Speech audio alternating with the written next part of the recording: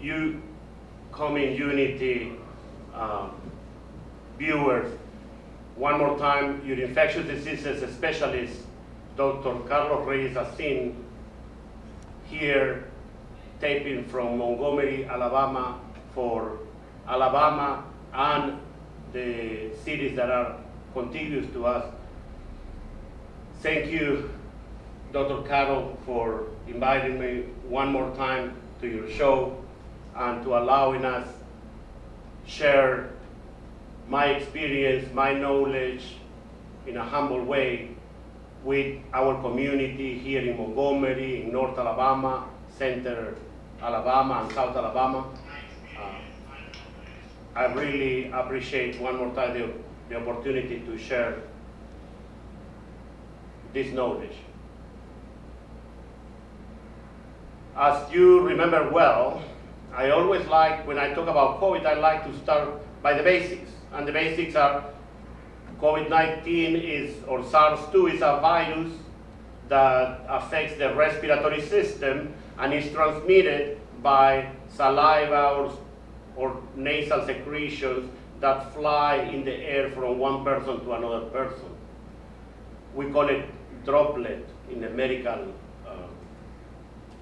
lingo. So that's how you transmit it. So if you are not using a protection of your nose and mouth and you are infected, you can, by talking, singing, sneezing, or coughing, you can transmit the infection to a person that is next to you, 5 to 6, inside of the 6 feet range. That brings one of the first two rules of prevention. There is one, using a mask. As another level of prevention, which is using a shield to protect the eyes, because we can get infected through the eyes too. And the distance of 6 feet, because that's where those droplets can fly when the person talks, sings, yells, screams, sneezes, or coughs. So the 6 feet, masks, films, and also sometimes we can get to, if we're sharing a microphone, somebody can sneeze on their hands, put it in the microphone, the other person gets the microphone immediately, and then they can get their nose and get the infection to them. So washing your hands with water and soap in a proper manner, it's also a way of preventing the infection. We have not discussed much of treatments, because treatments are difficult to do in the, at home. The majority of treatments are in centers, specialized centers or hospitals, and we certainly do that in the medical community. But what since December has been a real game changer is the other piece of prevention, which are vaccines. And vaccines are biological medications that are injected, in the form of shots, as we call them vaccines. It's pretty much a medication that promotes you to develop immunity. When you get the infection, you also develop immunity. And it has different levels or different layers of sensitivity, meaning percentage of working the different vaccines. We have had 3 vaccines in the United States, 2 by one specific mechanism, that is RNA messenger. Those are Pfizer and Moderna. And I'm going to use the names now because it will be easier to differentiate certain side effects that are bringing this talk to be important, which is the recent stop of one of them, of providing it. So first Pfizer, Moderna, they started in mid-December. it's been already 4 months that we have the vaccine, and they have been, I think, a blessing. I opened 3 shows ago with a readings of Corinthians about hope. And I think that I was talking about, at that time, the hope of really seeing the end of the tunnel of this pandemic that has brought so much trouble to our community, to our country, and to the whole world. I think that we now are living some of the effects of the blessing of having a vaccine so fast. There was a lot of reluctance in the fact that these vaccines were created in the period of 1 year since we found out about this pandemic extended to the United States, and there was a lot of reluctance because it has been so fast. But I explained in previous shows that the technology of those 2 vaccines, Pfizer and Moderna, the messenger RNA type of vaccine, is in reality a technology that has not been used massively like it has been now, but it's a technology that has been there for about 10 years. And we had the knowledge how to use that technology, but we never use it in a massive way like we have done now. And we know that it works. So we started with Pfizer, which then a week later we got Moderna, and then we got another blessing, which is the Janssen vaccine. Janssen or Johnson & Johnson vaccine was different from Pfizer and Moderna in the way you administer it, because Pfizer you do 1 shot today, in 3 weeks another second shot, and Moderna you do 1 shot today and another shot in 4 weeks.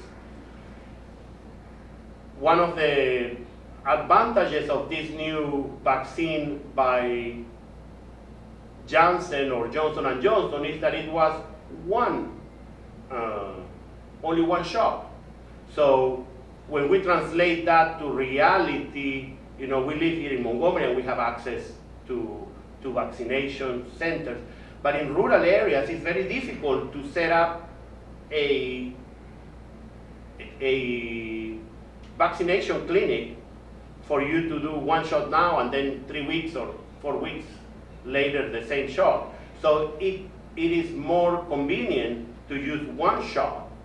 So for certain areas of the world, of our own Alabama, it is very beneficial to have a shot that is 1.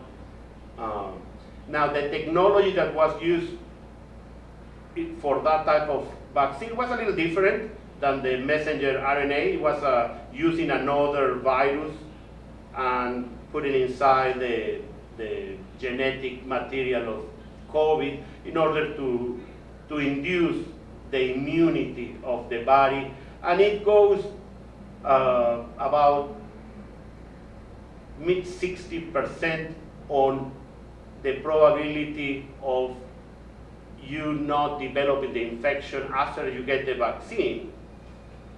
But the good thing is that if you get infected after you get the vaccine with the Johnson & Johnson vaccine, you have 100% probability of not developing a severe infection or of going to the hospital, which is in reality what we're looking when we give a vaccine. We try to cover or prevent 2 things: morbidity and mortality. I guess everybody understands mortality. Mortality is to avoid death. So that vaccine does that. And morbidity is to generate different illnesses related to that specific infection. Other different outcomes with different problems related to that infection. So, and it does both. It really reduces the morbidity and mortality. So in reality, that's what I think is an excellent vaccine for that, because what we really want is to avoid severe cases that will generate morbidity or the mortality that is, in the 2% or 3% in the world, depending on where you are and what type of access you have. So extremely important to understand that this vaccine by Johnson & Johnson or Janssen does its job, and it does it well. It prevents death, and it prevents severe cases, that will need to go to the hospital. But what happened 2 or 3 weeks ago? There was a report, and I'm going to flip through my notes, that there were, unfortunately, when you're looking for those notes, they disappear. Huh? Unfortunately, there were, at the time of the report, there were 6 events of clots in the head among almost 7 million people that have been, received the vaccine. Now, that's the statistic of that event. I want to back off a little. When you do research on vaccines, you do not have 1 million people to test the vaccine. You have thousands of people. You have 3,000, 4,000, 5,000 people to test the vaccine. So you will be able to catch a specific adverse effect that is in the range of 1 in 10,000, 1 in 2,000. That you can get. And you're even a little difficult to prove when you find one among 5,000 people to say that this really is related to this. So you cannot find those adverse effects that are extremely rare, that are in the millions. So now that I explain this vaccine was tested on thousands of people, not in millions of people. So it was impossible to find a adverse effect that shows in 1 in every million, because they didn't test it in 1 million. And even if they would have tested in 1 million, when you find one event, you really don't know if that's related. You will not relate it to that. But when you vaccinate 7 million people, and you find 6 cases that are the same, then you start linking them. In the community, people say, well, I have a case that I couldn't explain why this person had a clot. Why in another city, this person that also got the same vaccine, and then you start linking. That's why the medical community has to be always communicating and reporting their findings. And that's what happened. 6 different people have reported this type of clot, and the common denominator was the Johnson & Johnson vaccine. There is another vaccine that is not approved in the United States, and it's AstraZeneca, or the famous Oxford vaccine. United States bought last year about 300 million of those ahead of the research, invested the money. Unfortunately, they never passed all the steps in order to be approved in the United States. That vaccine from AstraZeneca / Oxford had also clots in the brain, in the head. So putting it together, there was a relationship in between that it was a side effect. For the AstraZeneca, there were four cases per million vaccines. So it was more obvious in the AstraZeneca. We don't have that, and we haven't approved that in the United States. But in the United States, we have approved the Johnson & Johnson, the Janssen that we're talking about, and that one has had 6 cases among 7 million. Now, unfortunately, one of those cases died, which is a very sad event.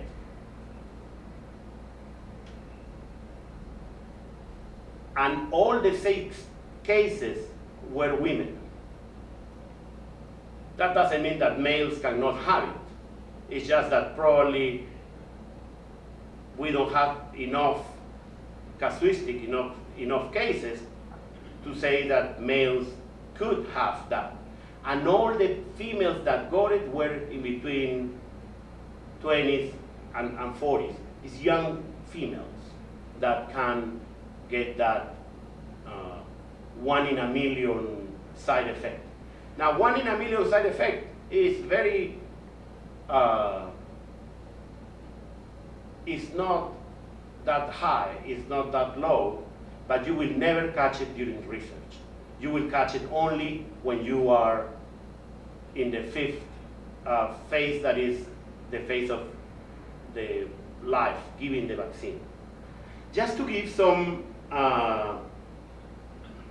comparisons, because clots are common with different types of illnesses or behaviors. For example, birth control pills create clots in older women, in the women that are in between 35 and 50 and 45 that are using. There are, if we make the comparison, 6 in 7 million or 1 in a million for the Johnson & Johnson vaccine, birth control gives 500 to 1,200 cases in a million by using birth control. 1,700 cases of clots for smoking,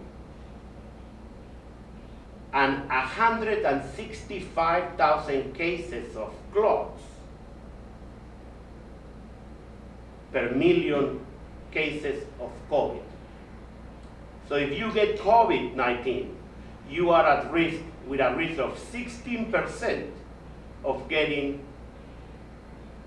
a clot. Now the clots are in different places. It's not a clot in the head.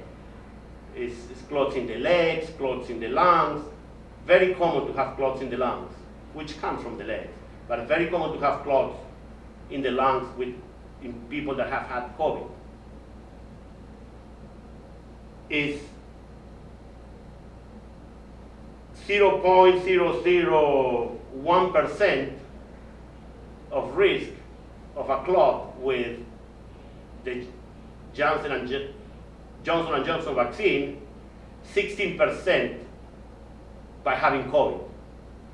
So if you put those two, it's very obvious that I think everybody will choose not to reduce your chance of having COVID, because with COVID you can have a clot.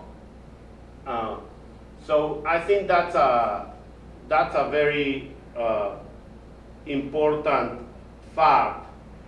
The Pfizer has not reported so far a clot in 97,000, almost 100 million doses. Moderna has reported 3 cases of clots in 85 million doses. So extremely low. I think that the authorities, our authorities here in the United States, academic authorities, CDC authorities, departments of health. They have already discussed this and in the last couple of days, and there is a position that the vaccine should be able to go back to be offered in a specific groups, specific ages. So I feel that it is unfortunate that it has that adverse effect, but I continue to think that that vaccine was and is a blessing for our community in Alabama and in the United States. So it is important that we are informed by proper, personnel, physician, science about these options, and we take our own decisions, and we also follow the lead of our authorities in science. I think it's very important that we get vaccinated. We have improved a lot. We've come a long way, but I'm a little concerned and disappointed that I think that we have reached a point in which there is tons of appointments that they could be taken here in our city, and several states. Mississippi is having a really bad time on filling, on getting people to get vaccinated. So I encourage to our community and to our country to get vaccinated. We have one question about when is that you can get vaccinated if you have had COVID-19 infection. Is that accurate, the question? My statement is this. I was just curious about, I'm just using an example, but a person that had the virus, I just want to know when will they be able to have their injection once they recover? Okay, so there is two answers to that question. When is safe to get the vaccine is after the patient recovers. So after 2 weeks of infection, the patient is okay to receive the vaccine. The question is, should the patient get the vaccine at that moment, or should the patient wait? And you will find a lot of discussion and argument about that. I'm going to give you my position, and I feel that the CDC now has turned into that position, which is if you have recovered from the virus, I think that you have weeks or months to wait for the vaccine. I think that I will divide it in age and a stage of immunocompetence versus immunosuppressed, meaning the level of somebody's immunity or health. I would say that if health is not a problem, if there's no immunosuppression, I would say that below 50 I will wait, above 50 I will recommend it at any time after 2 weeks. And if there is anything on any questioning of immunosuppression, I would recommend it immediately after the infection. Could I ask you another question? Absolutely. There's quite a bit of hesitation as far as person concerned of taking the injections. What encouragement would you say to them that it's mandatory that they do so? I think that when you do things mandatory and you use public medicine in a paternalistic way, I feel that there is more opposed people to it, and there's more fighting in paternalistic public health. I think that we need to be respectful of the community. We are all on this one. We are all together on this one because, unfortunately, what we do as private people affects other people. And even if you don't infect anybody, but you get sick, and you have to go to the hospital and you take the bed of a person that is a little more sick than you are, sicker than you are. I would say this vaccine is safe. These vaccines have been made with the best intention. And I think that if we have improved in the United States on this epidemic, it's because of the vaccines. So I will encourage everybody to get vaccinated. My last question. Take, for example, that you go into a business and the majority of persons not wearing a mask. Would you approach the owner of the business? I don't think that I will get into private,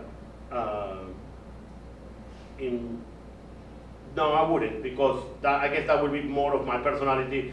I will just, they know what's out there, they know what happens. I don't think that me reminding them to do that will make any change, and I would prefer to avoid that center or that place. I wouldn't get into private businesses unless it's something mandatory by ADPH.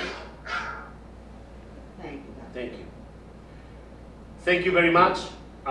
We'll be here next Sunday.